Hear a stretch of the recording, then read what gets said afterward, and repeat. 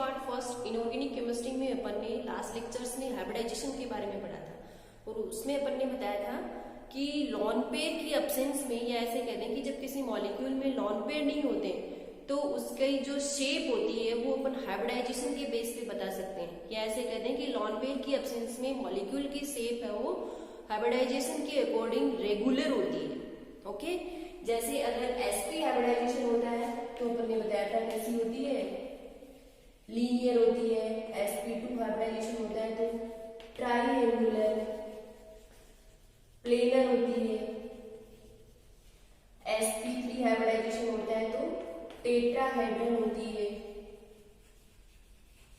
sp3d hybridisation होता है तो ट्राइगोनल बाई पिरामिडल होती है, ये बताया था। या sp3d2 होती है तो ऑक्टाहेड्रल शेप होती है। और sp3d3 हाइब्रिडाइजेशन होता है तो पेंटागोनल बाई पिरामिडल शेप होती है। ये कब होती है? जब मॉलिक्यूल में लॉन पेयर की एब्सेंस होती है, एब्सेंस ऑफ लॉन पेयर। ऐसे कहते हैं कि लॉन पेयर नहीं होते हैं मॉलिक्यूल में, तब उनकी शेप ऑफ हाइब्रिडाइजेशन के अकॉर्डिंग ये होती है। ये ऐसे कहते हैं उनकी शेप रेगुलर होती है। लेकिन जब मॉलिक्यूल में लॉन पेयर प्रेजेंट हो तो वो उस मॉलिक्यूल की शेप को चेंज कर देते हैं, या ऐसे कहते हैं कि वो इस हाइब्रिडाइजेशन के बेस पे इरेगुलर नहीं हो पाती है। आज अपन कुछ ऐसे एग्जांपल भी लेंगे जिनमें लॉन पेयर की प्रेजेंस हो, हाइब्रिडाइजेशन सेम हो। जिसमें लॉन पेयर नहीं हो और उसमें हाइब्रिडाइजेशन ये हो तो उसकी शेप टेट्राहेड्रल। लेकिन अगर लॉन पेयर प्रेजेंट हो बट हाइब्रिडाइजेशन क्या हो, ये सेम हो, तो उसकी शेप फिर टेट्राहेड्रल नहीं लेती है। ऐसे कुछ एग्जांपल्स की बात करेंगे। ओके, तो देखो यहां पर अपन एक टेबल बनाते हैं। इधर लिख लें मॉलिक्यूलर फॉर्मूला, यहां पर आ जाएगा स्ट्रक्चरल फॉर्मूला, यहां लिख लें नंबर ऑफ सिग्मा बॉन्ड्स, यहां लिख लें नंबर ऑफ लॉन पेयर और इसे दे दें ए और बी। यहां पर इस आगे वाले कॉलम में टोटल आ जाएगा सिग्मा बॉन्ड और लॉन पेयर का। यहां पर आ जाएगा टाइप ऑफ हाइब्रिडाइजेशन और यहां पर आ जाएगी शेप ऑफ मॉलिक्यूल। ओके, अब देखो सबसे पहले अपन मॉलिक्यूल लेते हैं। अपने पास है BeCl2। BeCl2 का स्ट्रक्चरल फॉर्मूला होता है BeCl और Cl।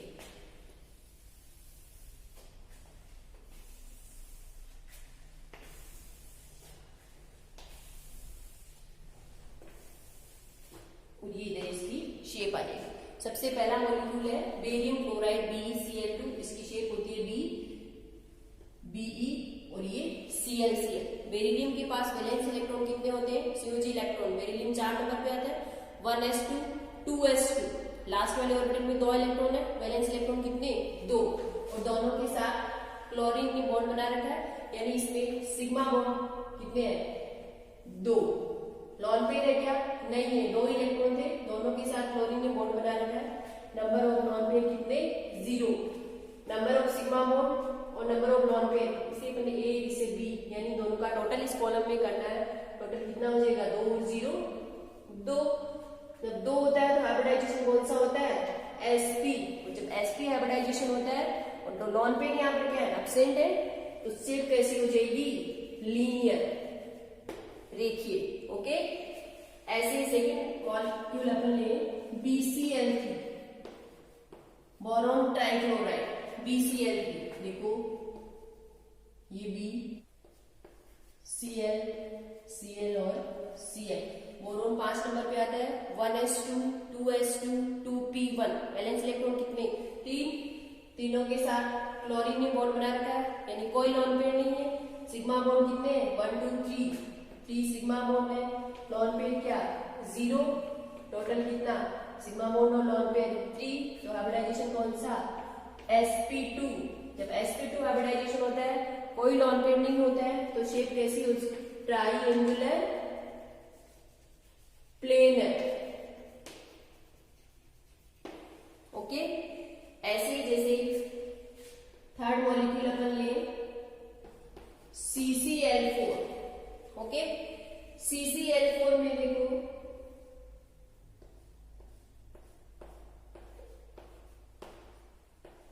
कार्बन के पास 6 नंबर पे आता है 1s2 2s2 2p2, valence electron कितने 4, और 4 क्लोरीन में क्या बना रखा है, बॉन्ड बना रखा है, तो चारों इलेक्ट्रॉन के साथ 4 क्लोरीन में बॉन्ड बना रखा है, सिग्मा बॉन्ड कितने 4, लॉन पेयर है कोई लॉन पेयर नहीं है 0, टोटल कितना 4, हाइब्रिडाइजेशन कौन सा sp3 होगा, और जब sp3 हाइब्रिडाइजेशन होता है कोई लॉन पेयर नहीं होता तो शेप कैसी होती है, टेट्राहेड्रल से।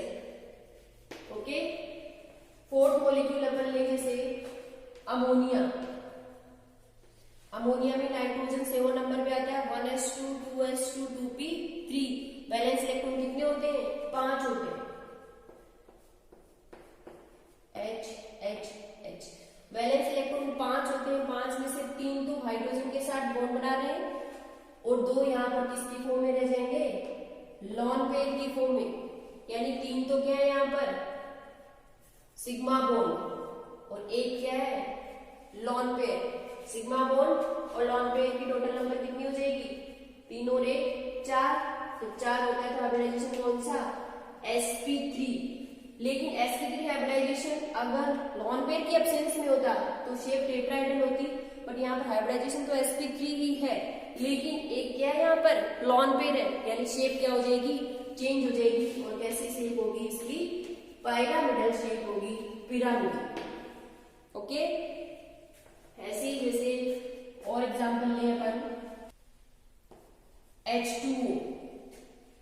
H2O में वो H ऑक्सीजन 8 नंबर पे आता है 1s2 2s2 2p4, valence electron कितने 6 में से 2 ने तो बॉन्ड बना रखे हैं हाइड्रोजन के साथ, 2 क्या रह गए लॉन पेयर की फॉर्म, तो यहाँ पर सिग्मा बॉन्ड कितने हैं 2, लॉन पेयर भी कितने हैं 2, सिग्मा बॉन्ड और लॉन पेयर की टोटल नंबर कितनी 4 होता है तो हाइब्रिडाइजेशन तो sp3 होगा, लेकिन शेप कैसी होगी एंगुलर कोणीय।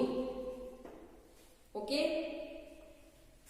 से और एग्जांपल ले अपन NaCl का एग्जांपल ले लें, ठीक है, NaCl में देखो N डबल बॉन्ड O और Cl, नाइट्रोजन के पास वैलेंस इलेक्ट्रॉन कितने होते हैं 5 होते हैं, 5 में से 2 ने इधर ऑक्सीजन के साथ बॉन्ड बना रखा है, 1 ने क्लोरीन के साथ बना रखा है, रह गए कितने 2, या जो एक लॉन पेयर की फॉर्म में रह जाएंगे।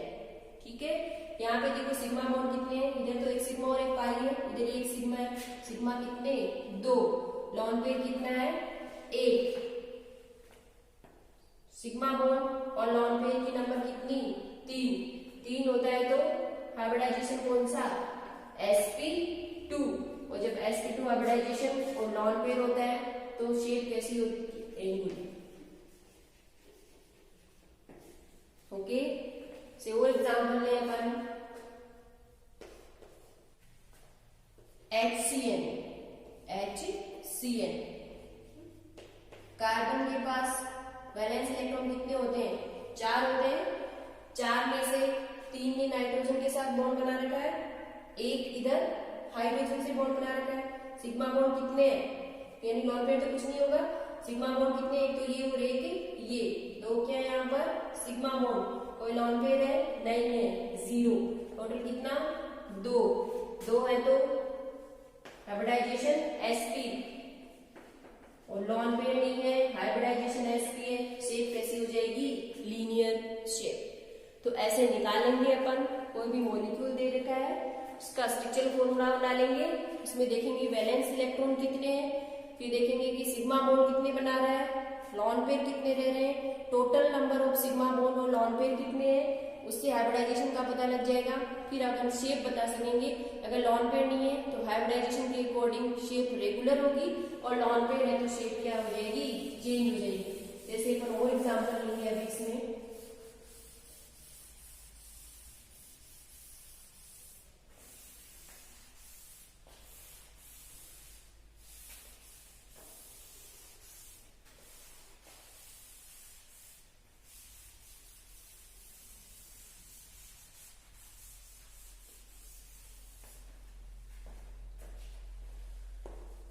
एग्जाम्पल अपन ले ClF3, ओके, F क्लोरीन के पास वैलेंस इलेक्ट्रॉन, फ्लोरीन के नीचे ही होता है, तो फ्लोरीन में वैलेंस इलेक्ट्रॉन कितने होते हैं, 1s2 2s2 2p 5 7 होते हैं। ऐसे क्लोरीन में भी कितने होंगे, 7 ही होंगे। तो 7 वैलेंस इलेक्ट्रॉन में से 3 ने तो 3 फ्लोरीन एटम के साथ बॉन्ड बना रखे, रह गए कितने, 4, जो 2 लॉन पेयर की फॉर्म में रह जाएंगे। तो नंबर ऑफ सिग्मा बॉन्ड कितने हैं, 1 2 3, लॉन पेयर कितने हैं, 2, टोटल कितने हो जाएंगे, 3 और 2 5। टाइप ऑफ हाइब्रिडाइजेशन sp3d, और जब sp3 हाइब्रिडाइजेशन होता है लॉन पेयर नहीं हो तब तो क्या, कौन सी स्ट्रक्चर हो जाएगी, ट्राइएंगुलर बाइपिरामिडल, त्रिकोणीय बाइपिरामिडीय। लेकिन यहाँ पर हाइब्रिडाइजेशन तो sp3d है, लेकिन 2 क्या है, यहाँ पर लॉन पेयर है, इसलिए शेप कैसी होगी इसकी, टी शेप, ओके। और जैसे लें XeF2, ओके, देखो XeF2 जिनोन म्यून के नीचे आता है, 1s2 2s2 2p6, 8 valence electron होते हैं। उन 8 में से 2 ने तो फ्लोरीन के साथ बॉन्ड बना रखा है, रह गए कितने, 6, यानी 3 लॉन पेयर की फॉर्म में लेंगे, 1 2 और ये 3। सिग्मा बॉन्ड कितने हैं, 2 फ्लोरीन के साथ 2, लॉन पेयर कितने हैं, 3, टोटल कितना आ जाएगा, 5। हाइब्रिडाइजेशन कोई sp3d हाइब्रिडाइजेशन, लेकिन शेप कैसी होगी, अब यहाँ पर लीनियर होगी, ओके। और ले जैसे PCl5 में Cl ये Cl और ये Cl, फॉस्फोरस नाइट्रोजन के नीचे ही आता है। नाइट्रोजन में वैलेंस इलेक्ट्रॉन कितने होते हैं, 5 होते हैं, तो फॉस्फोरस में भी कितने, 5, पांचों के साथ 5 Cl में बॉन्ड बना रखे हैं, 5 सिग्मा बॉन्ड है, यानी कोई लॉन पेयर नहीं बचेगा।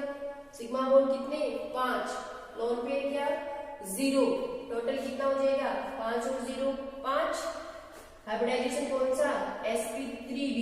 जब sp3d हाइब्रिडाइजेशन हो और लॉन पेयर नहीं हो तो शेप क्या रहेगी, रेगुलर रहेगी। और sp3d हाइब्रिडाइजेशन में रेगुलर शेप कौन सी होती है, त्रिकोणीय बाइपिरामिडल, ट्राइएंगुलर या ट्राइगोनल लिख दो, ट्राइगोनल बाइपिरामिडल,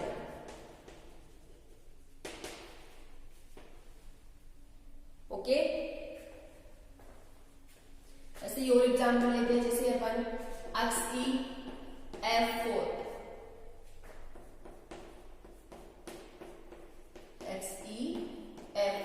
जिनोन में अभी अपन ने देखा वैलेंस इलेक्ट्रॉन कितने होते हैं, 8 होते हैं, 8 में से 4 ने तो फ्लोरीन के साथ बॉन्ड बना रखा है, 2 क्या रहेंगे, लॉन पेयर की फॉर्म में रहेंगे। तो सिग्मा बॉन्ड कितने हैं, 4, लॉन पेयर कितने, 2, टोटल कितने हो जाएंगे, 6 होता है। तो हाइब्रिडाइजेशन कौन सा, sp3d2। जब sp3d2 हाइब्रिडाइजेशन होता है तो शेप कैसी होनी चाहिए, ऑक्टाहेड्रल होनी चाहिए, लेकिन यहाँ पर क्या है, 2 लॉन पेयर है, इसलिए शेप रेगुलर नहीं होगी, थोड़ी डिस्टोर्टेड हो जाएगी। और कैसी होगी, स्क्वायर प्लेनर, ओके। ऐसे ही जैसे अपन और एग्जाम्पल लें, IF5 ले लें। IF5 में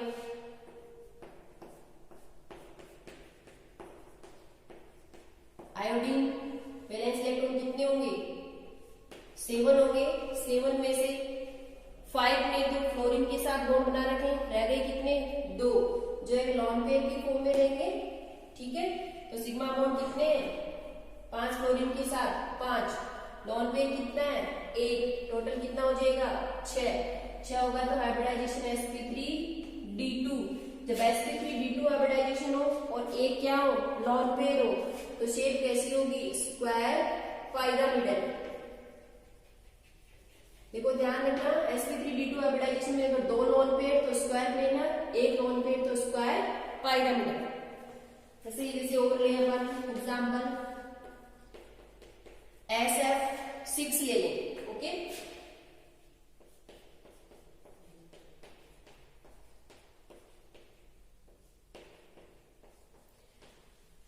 सल्फर है ऑक्सीजन के नीचे आता है, ऑक्सीजन में वैलेंस इलेक्ट्रॉन कितने होते हैं 6 होते हैं, 1s2 2s2 2p4, तो सल्फर में कितने होंगे 6 ही होंगे।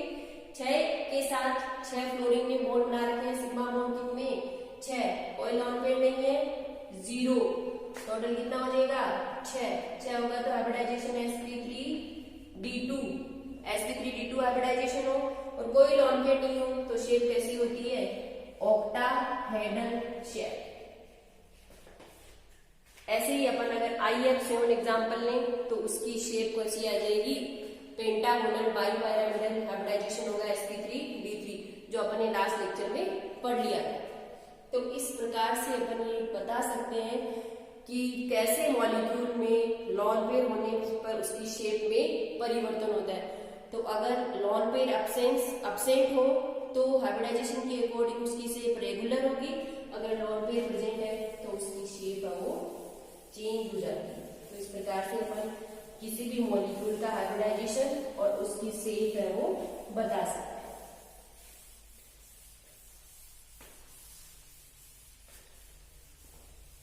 अब इसके आगे अपन पढ़ेंगे VSBR थ्योरी।